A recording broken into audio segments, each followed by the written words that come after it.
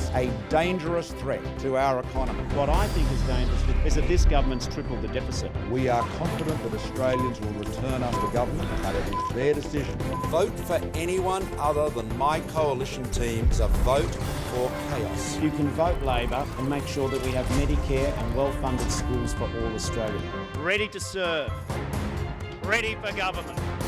Get this right, and together Australians will succeed as never before.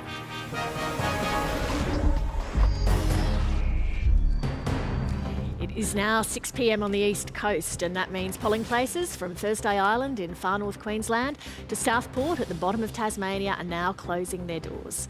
Here are some live pictures from one of those polling stations. It's in the Brisbane electorate of Petrie, one of the most marginal Liberal seats in the nation. One of our ABC reporters, Alison Horn, is there, and we'll go to her in a second. But first, let me reintroduce our panel for tonight. With me here in the ABC's Election Centre are political editor Chris Ullman, our top political commentator Annabelle Crabb, and election analyst Anthony Green. From Melbourne, we have Insiders host Barry Cassidy.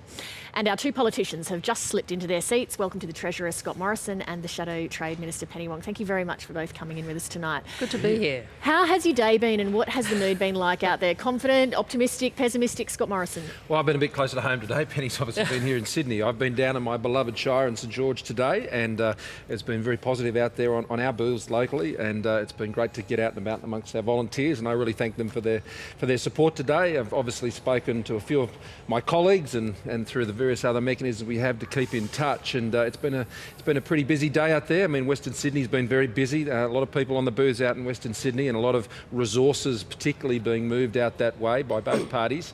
And so, look, I think tonight will be very interesting. It always throws up surprises election nights. I've been through plenty, as has Penny, and we'll wait and see what those surprises are. Penny, how are you detecting the mood?